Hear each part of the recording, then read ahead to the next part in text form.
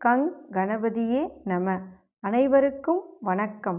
கந்த புராணத்தின் இந்த பதிவை உங்களுடன் பகிர்ந்து கொள்வதில் மிக்க மகிழ்ச்சி அடைகிறேன். இச்சாசக்தியாகிய வள்ளியும் கிரியாசக்தியாக தெய்வானையும் விளங்க ஞானவேல் தாங்கி மயில் வாகனத்தில் வலம் வரும் முருகப் பெருமானை நம் மன வாகனத்தில் ஏற்றி வைப்போம். 16 பேறுகளையும் தன் 12 கைகளாலும் வாரி வழங்குவான் நம் வடிவேலன். கந்த புராணம் 7 உபதேச காண்டம். அதில் 60 அறியா பிழைகள்.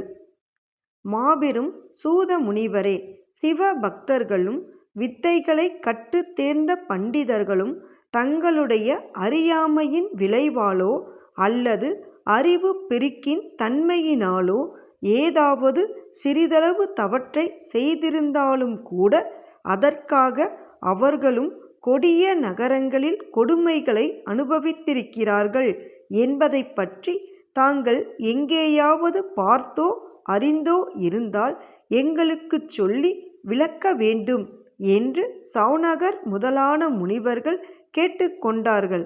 அதற்கு சூத முனிவர், தவ சிரேஷ்டர்களே, அறியாமையினாலோ அல்லது அறிந்தோ சிவ பக்தர்களினால் இறைவனுக்கு ஏதாவது அபச்சாரம் செய்யப்பட்டிருந்தால் அந்த அபச்சாரம் ஒன்றிற்கான தண்டனையை மட்டுமே அவர்கள் நரகங்களில் அனுபவித்து வருகிறார்களே தவிர மற்ற கர்மங்களில் அவர்களுக்கு எத்தகைய அபச்சாரம் நேரிட்ட போதிலும் அதனால் அவர்களுக்கு எவ்வித இன்னல்களும் தோஷங்களும் ஏற்பட்டு விடுவதில்லை. இதற்கு உதாரணமாக ஒரு கதையை உங்களுக்கு சொல்கிறேன் என்று அவர் கூறலானார். பூர்வத்தில் சோமசர்மன், சிவசர்மன் என்னும் 2 அந்தண சிரேஷ்டர்கள் இருந்தார்கள். அவர்கள் இருவரும் சிறந்த சிவபக்தர்கள். சகலவிதமான விரதங்களையும் நிறைவோடு அனுஷ்டித்து வருபவர்கள். ஒரு நாள் அவர்கள் சுவாமி தரிசனம் செய்வதற்காக சிவன் கோவிலுக்கு சென்றார்கள். அவ்விருவரும் இறைவனை வணங்கி வழிபட்டு விட்டு சந்நிதியை வலம் வரும்போது ஒருவன் நடக்கும்போது உண்டான காற்றினால் அங்கிருந்த தீபம் அணைந்து போய் விட்டது. ஆனால் அதை அவன் கவனிக்க தவறிவிட்டான். ஆனால் மற்றொருவனோ அதை பார்த்த பிறகும் கூட அதை பற்றி அவனிடம் தெரிவிக்க விரும்பாமல் மௌனமாக இருந்து விட்டான். அதனால் தீபத்தை தன்னுடைய உடல் காற்றினால் அணைத்தவன் அத்தீபத்தை மறுபடியும் ஏற்றி வைக்காமலேயே தன் வீட்டிற்கு திரும்பிச் சென்று விட்டான்.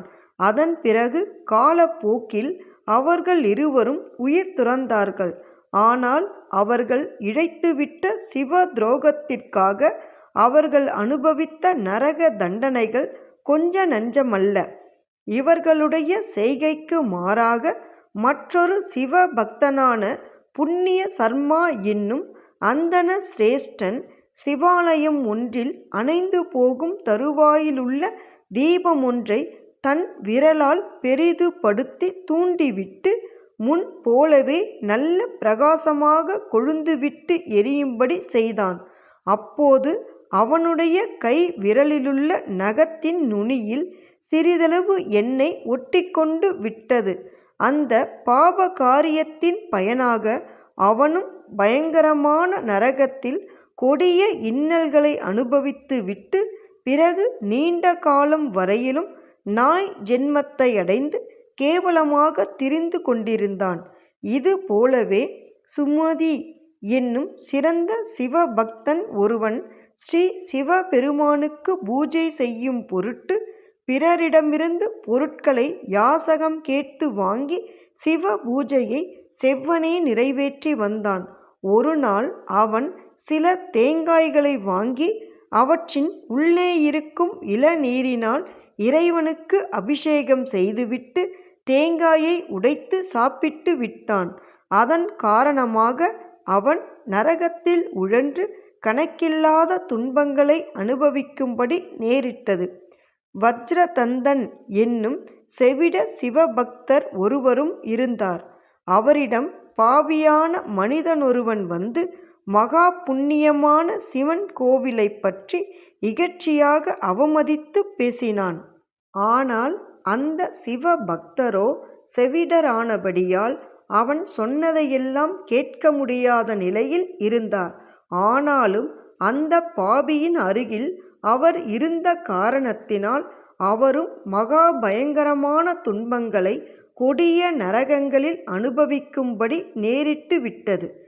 பாரதி என்னும் குருட்டு சந்நியாசி ஒருவர் உமா மகேஸ்வரரின் சந்நிதியில் தூங்கிக் கொண்டிருந்த ஒரு பாவியை தம்முடைய காலினால் இடறி தாண்டிச் சென்று இறைவனை பூஜித்து வணங்கினார். அதன் விளைவாக அவரும் கொடிய நரக வேதனைகளை அனுபவித்து துன்பமடைந்தார். ஆகையால் ஐம்புலன்களை வென்றடக்கியவர்களானாலும் மகாத்மாக்களானாலும் ஞானிகளானாலும் கூட அவர்களும் ஒருபோதும் சிவ அபச்சாரங்களை செய்யவே கூடாது. அப்படியே அவர்களால் ஏதாவது அபச்சாரங்கள் நேர்ந்து விட்டிருந்தாலும் கூட அதற்கான தண்டனைகளை அவர்கள் நரகங்களில் அனுபவித்த பிறகுதான் அவர்களுக்கு மோட்ச பதவி கிடைக்கக்கூடும். ஆகையால் அறிவில் சிறந்த மகாத்மாக்கள் சிவ துரோகங்களைப் பற்றி தங்கள் காதுகளால் கூட கேட்கக்கூடாது. அவர்கள் சிவ துரோகிகளின் அருகாமையில் இருப்பதும் கூட தவறாகும். எண்ணிய பொருளை அருளச் செய்யும் கந்த புராணத்தை காதலுடன் இப்புவியில் படிப்போர் கேட்போர் நினைப்போர் யாவரும் பசு பத்தினி உறவினர் புத்திரன் ஆகிய அனைவரோடும் ஆனந்த வாழ்வை வாழ்ந்து இந்திரனைப் போல தலைமைத்துவமும் இன்பமும் மிக்க வாழ்வையும் வாழ்ந்து இறுதியில் பரமானந்த நிலையாகிய சிவபத பேரும் பெறுவர். வேலும் மயிலும் சேவலும் துணை. கந்த புராணத்தின் தொடர்ச்சியை தொடர்ந்து கேட்க நமது ஆர்கேஎன் காலம் சேனலை சப்ஸ்கிரைப் செய்து பெல் ஐகானையும் கிளிக் செய்யுங்க. இந்த பதிவினை நமது ஆன்மீக அன்பர்கள் அனைவருக்கும் மற்றும் புராணங்களை கேட்க விரும்புபவர்களுக்கும் ஷேர் செய்யுங்க. பிடித்திருந்தா மறக்காம லைக் பண்ணுங்க, கமெண்ட் பண்ணுங்க. தொடர்ந்து கேட்பவர்கள் அனைவருக்கும் எனது மனமார்ந்த நன்றி. நாளையும் வருவான் நமது வடிவேலன்.